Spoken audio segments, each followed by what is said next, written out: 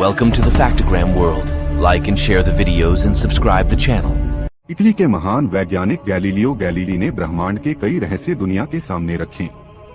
वो उन शुरुआती वैज्ञानिकों में थे जो आम अवधारणा से उलट कहते थे कि धरती सूरज का चक्कर लगाती है। गैलीलियो की एक वैज्ञानिक के तौर पर इज्जत तब भी बहुत थी। फिर क्यों उनके मरने के बाद उनके उंगलियां काट दी गईं? चलिए जानते हैं।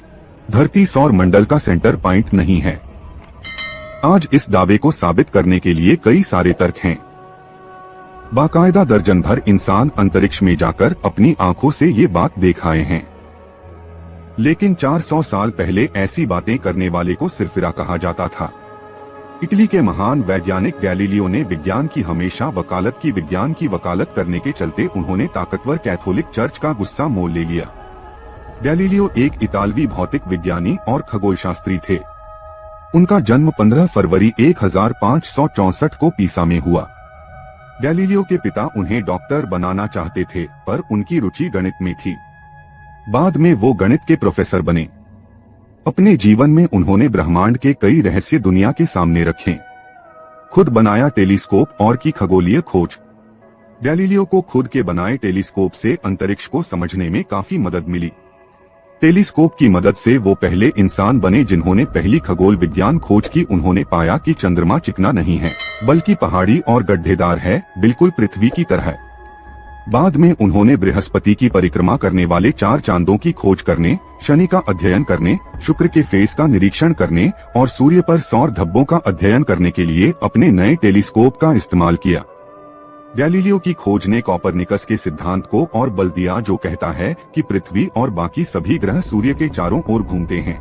यह उस समय की सोच के बिल्कुल उलट था।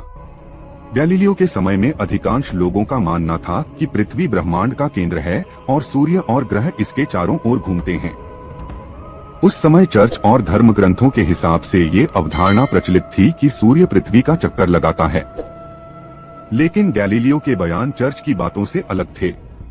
इसके चलते कैथोलिक चर्च की कानूनी संस्था ने गैलीलियो के खिलाफ लगाए गए आरोपों का जवाब देने के लिए उन्हें रोम बुलाया। कैथोलिक चर्च उस समय बहुत शक्तिशाली और प्रभावशाली था।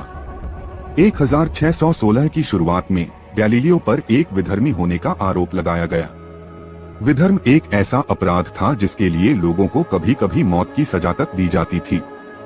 हालांकि गैलीलियो को विधर्म के आरोपों से तो मुक्त कर दिया गया, लेकिन उनसे कहा गया कि वो सार्वजनिक रूप से ऐसा न कहें कि पृथ्वी ब्रह्मांड का केंद्र नहीं है। आरोपों से बचने के बाद भी गैलीलियो ने 1632 में उन्होंने एक किताब छापी। इसमें उन्होंने कहा कि कोपरनिकस का सिद्धांत सही है, जो कहता है धरती की जगह सूरज केंद्र में है। गैलीलियो को एक बार फिर कैथोलिक चर्च की कानूनी संस्था के सामने लाया गया और इस बार उन्हें विधर्म का दोषी पाया गया। उनकी किताब को बैन कर दिया गया। 1633 में गैलीलियो को आजीवन कारावास की सजा सुनाई गई। उनकी उम्र और खराब स्वास्थ्य के कारण उन्हें घर में नजरबंदी के तहत कारावास काटने की अनुमति दी गई। 8 जनवरी 1642 को कैद में रहते हुए ही गैलीलियो की मौत हो गई। क्यों काटी गई गैलीलियो की उंगलियां? गैलीलियो को एक विधर्मी माना जाता था, इसलिए बिना किसी आधिकारिक समारोह के फ्लोरेंस के सांता क्रोस चर्च के एक छिपे हुए चैपल में उन्हें दफनाया गया। मौत के 100 सालों बाद साल 1737 में सांता क्रोस की उसी चर्च में गैलीलियो की एक समाधि बनाई गई और उनके अवशेष वहां रखे गए। स्थानांतरण के बीच कुछ लोगों ने उनकी 3 उंगलियां और उनके दांत निकाल लिए। एक्सपर्ट बताते हैं कि कैथोलिक संतों के शव से अंगों को निकालना आम प्रथा हुआ करती थी। माना जाता था कि इन अंगों में पवित्र शक्तियां होती हैं। जिन्होंने गैलीलियो की उंगलियां निकाली वो उन्हें संत मानते थे। गैलीलियो की वो ही उंगलियां निकाली गई जिनसे वो पेन पकड़ा करते थे।